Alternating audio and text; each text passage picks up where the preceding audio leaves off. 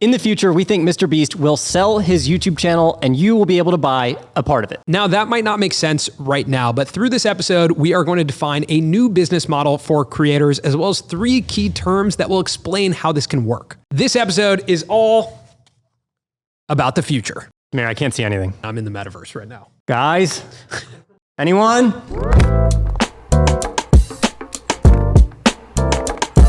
The first term we have to define is catalog value. And this is the idea that your catalog, your library of videos has value that will grow over time.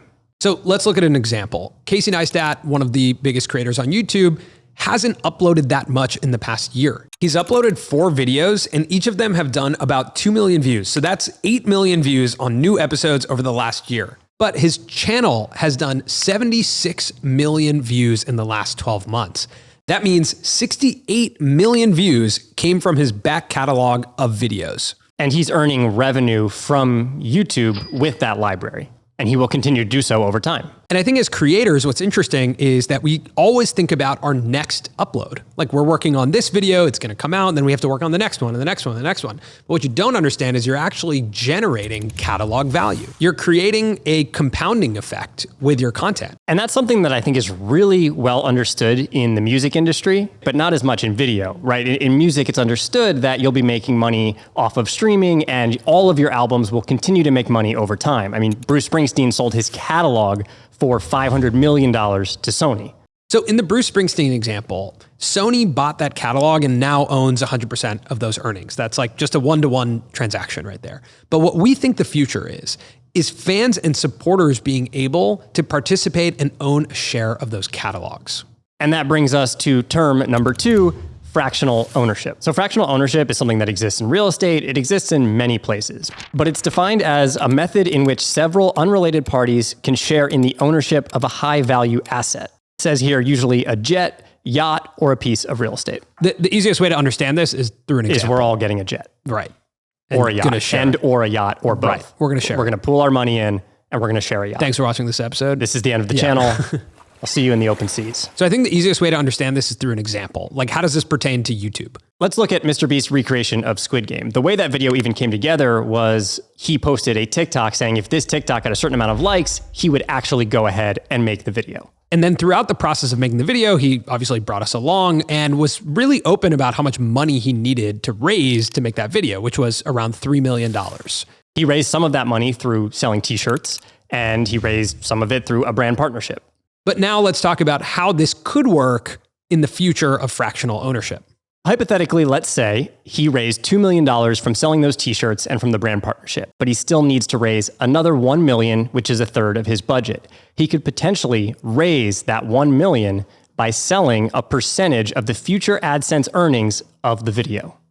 So let's say he sells 33% of the future AdSense earnings. 100,000 people buy it for $10, that's $1 million. And that grouping of people is entitled to 33% of the earnings from the MrBeast Squid Game recreation for the rest of time, which could be very lucrative. I mean, the video is very lucrative. I think what's interesting there is the way we define this term is having ownership in a high value asset. The asset is not the video actually here. Like what we're suggesting is that you would have ownership in a portion of the AdSense earnings. And as we've seen, YouTube AdSense can get really large for creators, especially when it's applied not just to a single video, but to the creator's entire catalog.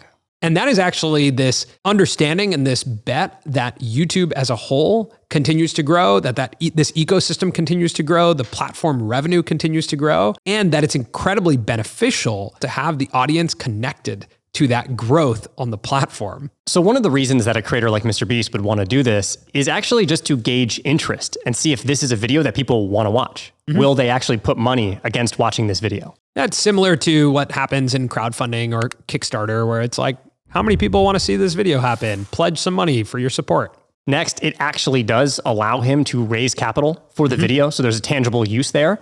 But mainly, it actually just creates a community of people who are incentivized in the success of the video. So when it comes out, they want to share it. And I think audiences on YouTube already have that feeling of vested interest in a creator. This just makes it a more tangible experience. where it's like, I feel like I helped produce the video and I'm also connected to the success of that video, which is a completely new experience for an audience member. Paying for a t-shirt is one thing, but paying for the actual production of the video is another, right? Like directly and getting something in return.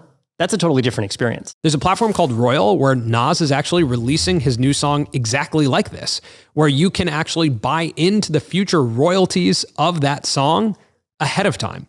And that kind of pledges your support for the artist. It means that you want to watch them succeed. You want this song to succeed. And you have incentive when the song comes out to share the song and play it a bunch because you are connected to the success of that. You get royalties from it. And we spoke to a musician who's doing a very similar thing with her music. At the core, I just wanted somebody to feel what it was like to listen to a song that they owned a piece of. You don't get to experience that unless you are an artist or manager or somehow in the collaboration. The minutes before the song is out, the first listen once it's out, seeing what people say about it, that same experience that you would have as the artist or writer, producer, manager that has a percent in it. So for people who are YouTubers, it might be interesting to think, what is an experience that I uniquely have in this that I want to give to somebody else? So why is that advantageous from the musician or the creator's perspective? This is the first chance for musicians to actually sustain themselves. Let's say you're a solo artist and you retain 20% of your royalties, you have $1 million advance.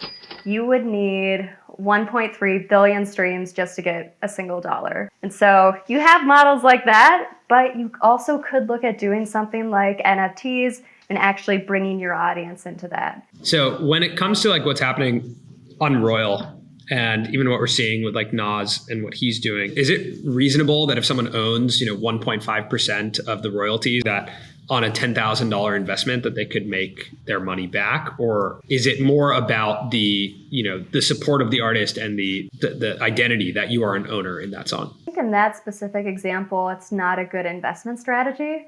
So I would bucket that more as supporting the artist. It would be cool to see that modeled out.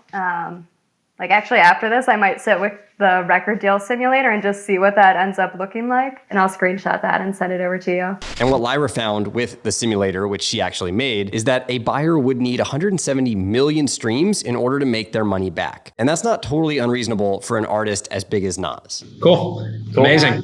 Awesome. Well, really nice meeting you too. All right. New sponsor on the show today, Riverside. Now, we've been using Riverside long before they actually became a sponsor of the show. We've used Riverside to record interviews with creators like MrBeast, Ryan Trahan, Hayden Hillier-Smith, and even MrBeast's mom. It's super easy and intuitive to use, and it records a much higher video and audio quality than Zoom. Like this episode with Ryan Trahan, we recorded it using Riverside. And after you're done recording, you can download separate audio and video tracks, or you can use the Riverside platform to edit your content. And you can do all of that in just a few clicks. Riverside is used by us as well as over 70,000 people, including Gary Vee, Guy Raz, and companies like Spotify, Disney, and the New York Times. So if you're looking for software to help record your shows, then click the link in our description, head over to Riverside, and start an account. It's super awesome software, definitely great for creators. All right, back to the show.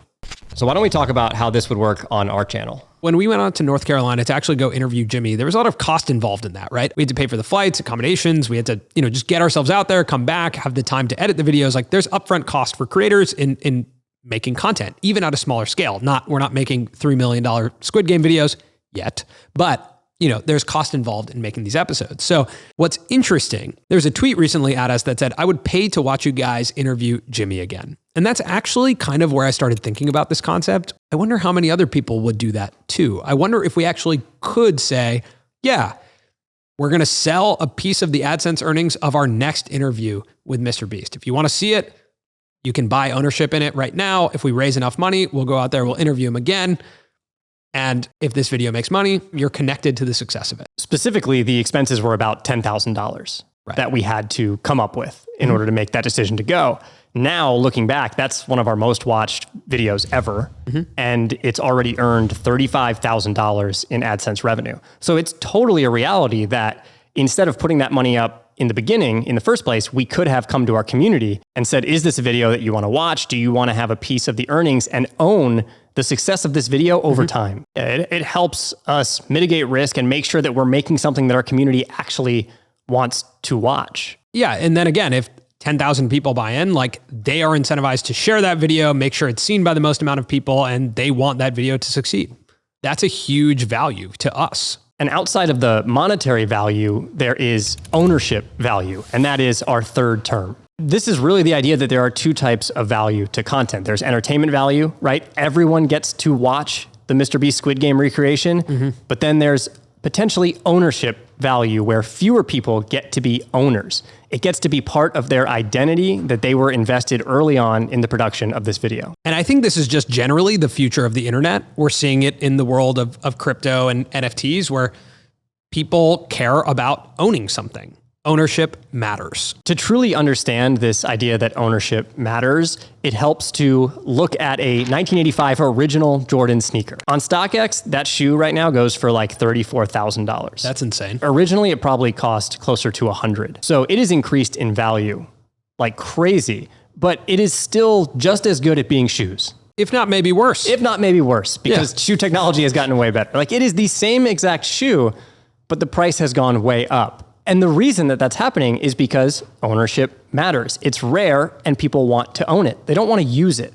Utility does not mean ownership. You don't buy the Jordan to wear it. You buy it for what it says about you as a person and to be connected to other people who care about Jordans in a similar type of way. The fact that you can even bring it up conversationally that you're an owner could bring you closer to someone else who also cares.